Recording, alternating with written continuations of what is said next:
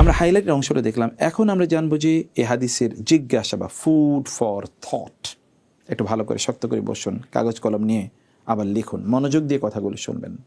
আল্লাহ তাআলা আমাদেরকে সর্বোত্তম কথাগুলো বলা, সবচেয়ে সুন্দরভাবে শোনার তৌফিক দান করুন, আল্লাহুম্মা আমিন। আমরা ফুড ফর থটে প্রথম যে অংশটি নিয়ে আমরা আলোচনা করব তা হলো আল বিররু হুসনুল খুলকি। আল বিররু পূর্ণ আসলে কি? হুসনুল খুলক, উত্তম চরিত্র। উত্তম চরিত্রের ব্যাপারে তো এত বর্ণনা আছে। আল্লাহ তার রাসূলের ব্যাপারে বলেছেন, ওয়া ইন্নাকা লা আলা খুলুকিন আযীম, আপনি সর্বোত্তম চরিত্রের উপর প্রতিষ্ঠিত। তার চরিত্রের মাধুর্য এরকম যে তার শত্রুরা পর্যন্ত তার প্রশংসা করতে হতো। তার চরিত্রের মাধুর্য এরকম যে তার কাছে কেউ আসলে সেখান থেকে সুবাতাস সুগন্ধি নিয়ে যেত। তিনি রাস্তা দিয়ে হাঁটলে সুগন্ধি বের হতো। তার চরিত্র এরকম যে জাহিলি যুগের লোকেরাও তাকে আস-সাদিক এবং আল আমিন উপাধি দিতে হয়েছে। তার শত্রুরা তার পক্ষে কথা বলতে হয়েছে।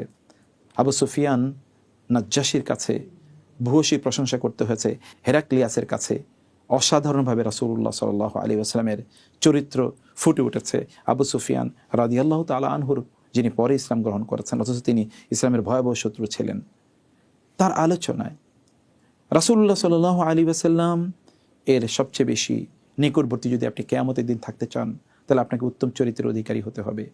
উত্তম চরিত্রের লোকেরা সবচেয়ে বেশি জান্নাতে যাবে। যাদের চরিত্র খারাপ তারা জান্নাতে যাবে না। কদাচিৎ কেউ জান্নাতে যেতে পারে। জান্নাতে যাওয়ার জন্য সবচেয়ে গুরুত্বপূর্ণ নেয়ামক হলো আপনার উত্তম চরিত্র। উত্তম চরিত্রের লোকদেরকে মানুষ ভালোবাসেই। যাদের চরিত্র খারাপ তাদেরকে সবাই ঘৃণা করে, অথবা কেউ যদি ভালোবাসার কথা বলে তাহলে কেবলমাত্র স্বার্থের জন্যই বলে থাকে। উত্তম চরিত্র এটি আপনার পরিবার থেকে শুরু হয়, আপনার সমাজ এবং আপনার এক্সটেন্ডেড এনভায়রনমেন্টে উত্তম চরিত্রের প্রকাশ ঘটে। উত্তম চরিত্রের মানুষগুলো সর্বদা কল্যাণকর হয়। তারা কখনো কারো অকল্যাণকর করে না, তারা কারো অকল্যাণে আসে না।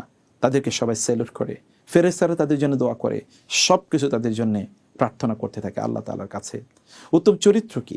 উত্তম চরিত্র হচ্ছে রাসূলুল্লাহ সাল্লাল্লাহু আলাইহি ওয়াসাল্লাম অনেকগুলো কথা বলেছেন।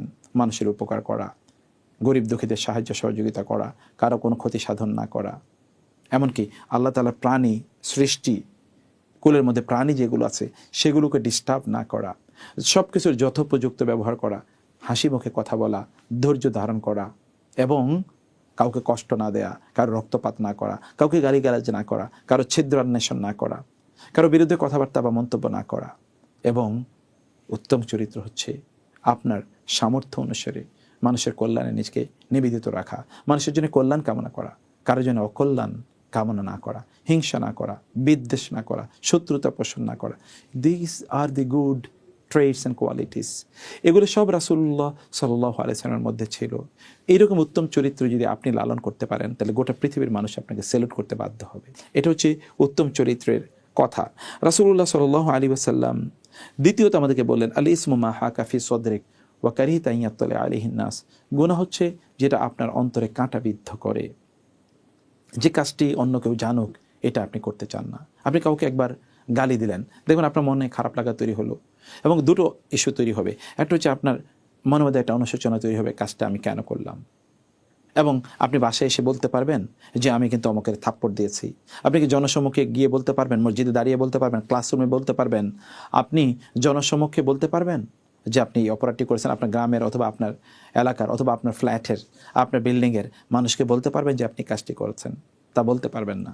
আপনার দ্বিতীয়ত হচ্ছে যে আপনার তখন মনে হবে হ্যাঁ আমি কাজটি ঠিক করেছি, আমি অন্যায় করিনি, শয়তান আপনাকে ধোঁকা দিতে থাকবে। মানে আপনি একটু শান্তির মধ্যে থাকতে পারবেন না, এটা আপনি ভুলে যেতে পারবেন না, এটা কেবল আপনার মনে আসবে কিছুক্ষণ পর পর। এটা হচ্ছে আল ইসমু, আপনাকে ঘুমাতে দেবে না।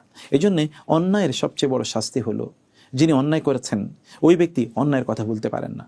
এই অন্যায়ের জাস্টিফিকেশন এটা তার অন্তরে তৈরি করার জন্যে সে কেবল এটা নিয়ে ভাবতে থাকে, দুশ্চিন্তায় থাকে এবং এই অন্যায়টা অন্য কেউ জানুক এটা সে চায় না এবং এটাকে ধামা চাপা দেওয়ার জন্য সে শত প্রচেষ্টা করে। তার মানে আমরা এটাও বুঝতে পারলাম, যদি আপনি খারাপ কাজের কথা যদি মানুষকে বলে বলে বেড়ান যে আমি এই খারাপ কাজটি করেছি, তাহলে কিন্তু আপনি অলরেডি শয়তান অথবা শয়তানের অনুসারী হয়ে গেছেন, আপনার অন্তরটা মরে গেছে। এই জন্যে আল্লাহ তাআলা বলেছেন, লিতুনজিরা মান কানা হাইয়া ইন্না ফি যালিকা লাযিকরা লিমান কানা লাহু কলবুন। অনেকের অন্তর মরে গেছে, ফি কুলুবিহিম মারাদুন, অন্তর রোগাক্রান্ত রোগাগ্রস্ত হয়ে গেছে। যে অন্তরটি রোগাগ্রস্ত হয়ে গেছে, ইদা আযনাবাল আব্দু নুকিতাত ফি কলবিহি নুকতাতুন সাউদা, কোনো বান্দা গুনাহ করলে তার অন্তরে কালো দাগ পড়ে যায়, এক পড়তে পড়তে তার অন্তরে আর ওই অনুভূতি থাকে না সে খারাপ করলো নাকি ভালো করলো, অথবা আপনার অন্তরটা জীবিত কিনা তা বোঝার জন্যে আপনি ভালো কাজ করলে যদি অন্তর ভালো লাগে আর খারাপ কাজ করলে যদি অন্তর একটু খারাপ লাগা তৈরি হয়, তাহলে বোঝা যাবে যে আপনার অন্তরটি কি এখনও ভালো আছে। আদারওয়াইজ আপনার অন্তরটি মৃত হয়ে গেছে, কলব মারা গেছে। এই কলবকে পুনর্জীবিত করতে হবে। পুনর্জীবিত করতে হলে আপনাকে কোরআনের কাছে আসতে হবে, ভালো মানুষদের সাথে চলতে হবে, সালাত ওয়াক্ত মতো আদায় করতে হবে ইনশাআল্লাহ। এটি এই হাদিসের মধ্যে আমরা জানতে পারলাম। এবং তারপরে যে অংশটি রাসূলুল্লাহ সাল্লাল্লাহু আলাইহি ওয়াসাল্লাম বললেন, ইস্তাফতি কলবাকা, তোমার কলবকে তুমি জিজ্ঞেস করো। মানে আল্লাহ তাআলা আমাদেরকে কিন্তু একটা বিবেক দিয়েছেন যেটা ফিতরাত, এই বিবেকটাকে ধরে রাখতে হয় আমাদের। তাহলে আমার বিবেকই আমাদেরকে সত্যিকার পথ দেখায়। অনেক লোক তার হতে পারে যে অনেক বেশি জ্ঞান নেয়, তার বিবেকের তাড়নায় তিনি ভালো কাজ করেন, বিবেকের তাড়নায় তিনি মন্দ থেকে দূরে থাকেন। যার বিবেক নাই তার তো কিছুই নেই, সে কি মানুষ? এই জন্য আল্লাহ তাআলা বলেছেন উলাইকা কাল আনআমি বাল হুম আদল, ওরা আসলে চতুষ্পদ জন্তু অথবা জন্তুর চেয়েও, জানোয়ারের চেয়েও তারা খারাপ, কারণ তার বিবেক নাই, তার বিবেক মারা গেছে। আমরা এই জন্য বলি বিবেকই হচ্ছে পৃথিবীর শ্রেষ্ঠতম সম্পদ। বিবেকই হচ্ছে আসলে মানুষের সবচেয়ে বড় সম্পদ, যে বিবেকের মাধ্যমে তিনি সত্য এবং মিথ্যার মধ্যে পার্থক্য তৈরি করতে পারেন। এই বিবেক আল্লাহ সুবহানাহু ওয়া তাআলা মানুষকে বিল্ট ইন দিয়েছেন, তাদের সৃষ্টিগতভাবে জন্মগতভাবে বিবেক আছে। কিন্তু এই বিবেকটা আমরা কলুষিত করে ফেলি খারাপ লোকদের সাথে থেকে, খারাপ কাজ করতে করতে বিবেক আর আমাদের থাকে না। আর কিছু কিছু লোকের বিবেক তাদের অব্যাহত থেকে যায়, কিন্তু এটা সুপ্ত অবস্থায় থাকে। কখনো কখনো এই বিবেক তাকে হয়তোবা তাড়না করে, এবং বিবেকের তাড়নায় সে হয়তোবা সৎপথে ফিরে আসে। এই জন্য আপনার অন্তরটাকে যদি আপনি কলুষতা বা পাপ মুক্ত রাখতে পারেন, আপনার অন্তরই আপনাকে বলে দেবে যে কোনটা করা উচিত, কোনটা করা উচিত নয়। এই জন্য রাসূলুল্লাহ সাল্লাল্লাহু আলাইহি ওয়াসাল্লাম বলেছেন, আলা ইন্না ফিল জাসাদি মুদগাতান ইযা সালাহাত সালাহাল জাসাদু কুল্লু ওয়া ইযা ফাসাদাত ফাসাদাল জাসাদু কুল্লু। মানুষের শরীরে এমন একটা মাংসপিণ্ড আছে, এটা যদি ভালো থাকে তাহলে সব ভালো, এটা মন্দ হয়ে গেলে সব মন্দ, পুরো শরীর খারাপ হয়ে যায়। আপনি তখন গোটা শরীর খারাপ কাজে আপনাকে উদ্বুদ্ধ করবে, আর ওই জায়গাটি যদি ঠিক থাকে গোটা শরীর আপনাকে ভালো কাজে উদ্বুদ্ধ করবে। তখন আপনার সেজদা দিতে মনে চাইবে, আপনার রুকু দিতে মনে চাইবে, কোরআন তেলাওয়াত করতে মনে চাইবে, তাসবিহ তাহলিল করতে মনে চাইবে। দিনের কাজ করলে আপনার ভালো লাগা তৈরি হবে, আপনার অন্য কোনো দিকে আপনার মনোযোগ যাবে না, আপনি যদি সত্যিকার অর্থে আপনার কলবটাকে ঠিক রাখতে পারেন। এই জন্য কলবটাকে আপনি ঠিক রাখুন, এটাকে অন্তরটাকে আপনি পরিচ্ছন্ন রাখুন। কদ আফলাহা মান তাযাক্কা, এটাকে পবিত্র রাখতে পারলে আপনি কি সফল হবেন, আদারওয়াইজ আপনি কিন্তু একেবারে শেষ, ধ্বংসের মুখে আপনি চলে যাবেন। এবং এই জন্য পৃথিবীর বহু লোক তারা কিন্তু অমুসলিম থেকে তারা ইসলাম গ্রহণ করেছে, কারণ হচ্ছে তাদের বিবেকটাকে তারা কিছুটা হলেও তারা জাগ্রত রাখতে পেরেছিল, তাদের অন্তরটা পুরোটাই তারা কলুষিত করে দেয়নি। কিছুটা হলেও তাদের সত্য অনুসন্ধানের একটা আকাঙ্ক্ষা তাদের মধ্যে ছিল, জিজ্ঞাসা তাদের মধ্যে ছিল। আপনি এইরকম একটা জায়গায় নিজকে নিয়ে যাওয়া দরকার। এটা হলো ইস্তাফতি কলবাক, ইস্তাফতি নাফসাক।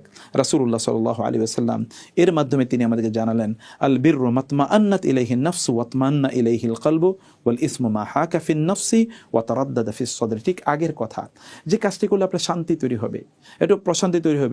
এটা গরিবকে আপনি 10টা টাকা দিয়ে দেখেন কি ভালো লাগা তৈরি হয়।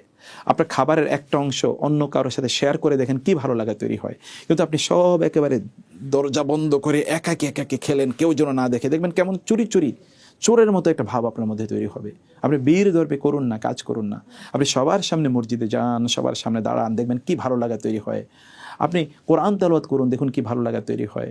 আপনি আপনার আত্মীয় স্বজনের সাথে ভালো আচরণ করুন, তাদেরকে আপনার যা আছে তা থেকে কিছুটা ভাগাভাগি করুন, দেখবেন আপনার কি ভালো লাগা তৈরি হয়। একটা প্রশান্তি দিয়ে আপনার অন্তর ভরে থাকবে। আপনার হতে পারে দারিদ্র্য আছে, সম্পদ হয়তো বা অন্যের মতো এত অবারিত নয়, আপনার হতে পারে টানাপোড়েন আছে, কিন্তু এই কাজগুলো করার কারণে আপনি প্রতিদিন হয়তো বা আপনার বাবার সাথে কথা বলছেন, মায়ের সাথে কথা বলছেন, ভাই বোনদের খবর নিচ্ছেন, আত্মীয় স্বজনের সাথে যোগাযোগ রাখছেন, বন্ধু বান্ধবের সাথে ভালো আচরণ করছেন, কালিগদেরকে নিয়ে একসাথে বসবাস করছেন, দেখবেন যে অন্যরকম একটা ভালো লাগা আপনার মধ্যে তৈরি হবে। আপনি খুব ভালো ফিল করবেন, অসাধারণ ভালো একটা ফিলিং হবে। আমরা দুর্ভাগ্যজনকভাবে আমাদের নিজেদের শান্তি আমরা নিজেরাই নষ্ট করে দেই, আমাদের পরিবারে নষ্ট করি, আমাদের নিজস্ব কাজের অঙ্গনে আমরা তৈরি করি, এবং আমাদের সমাজে আমরা তৈরি করি, আমাদের রাষ্ট্রে তৈরি করি। ব্যক্তি তার নিজেরই শত্রু, আপনি নিজের শত্রু তৈরি করছেন, অন্যের প্রতি জুলুম করছেন, মানে আপনি আরেকজন জালিম আপনার বিপক্ষে তৈরি করে রাখলেন, কারণ সেও কখনো সুযোগ পেলে আপনার বিরুদ্ধে জুলুম করবে, অথবা আপনার দায় কিন্তু আপনাকে নিতে হবে। আপনি তখন শান্তিতে থাকতে পারেন না। এই জন্যে ওই ছোটোবেলা আমরা পড়েছি সুখী মানুষের গল্প। ওই ব্যক্তি রাজা মশাই বা মোড়ল, তার সব আছে কিন্তু তার সুখ নাই। তিনি সুখের সন্ধানে লোকজনকে লাগিয়ে রাখলেন। দেখা গেল একজন ব্যক্তি, তিনি রাতের অন্ধকারেও তিনি তার ঘরের দরজা খুলে রেখে তিনি ঘুমান। লোকেরা তার কাছে গেল, তাকে জিজ্ঞেস করলো, তুমি ভয় পাও না? বলে, কিসের ভয় পাবো? বলে, কেন?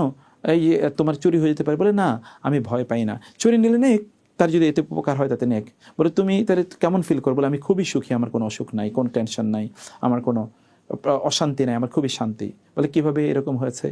বলা হচ্ছে, আমি কারো কোনো ক্ষতি করি না এবং আমি কারো বিরুদ্ধে কখনোই হিংসা বিদ্বেষ লালন করি না। আমি মানুষের সাহায্য করি, সহযোগিতা করি এবং এই কারণে কেউ আমার শত্রু নাই।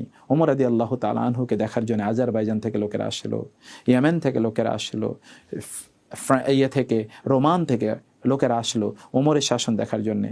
তারা এসে ওমরকে দেখলো গাছের নিচে তিনি শুয়ে আছেন। বলে যে, আপনি আমিরুল মুমিন, খলিফাতু আল মুসলিমিন, আপনি এত বিশাল বড় সম্রাটের চেয়েও বড় শক্তিশালী, আপনি এরকম গাছের নিচে শুয়ে আছেন, আপনার ভয় লাগে না? বলো, না, আমি তো কারো উপর জুলুম করিনি কখনো, কেন আমার ভয় লাগবে?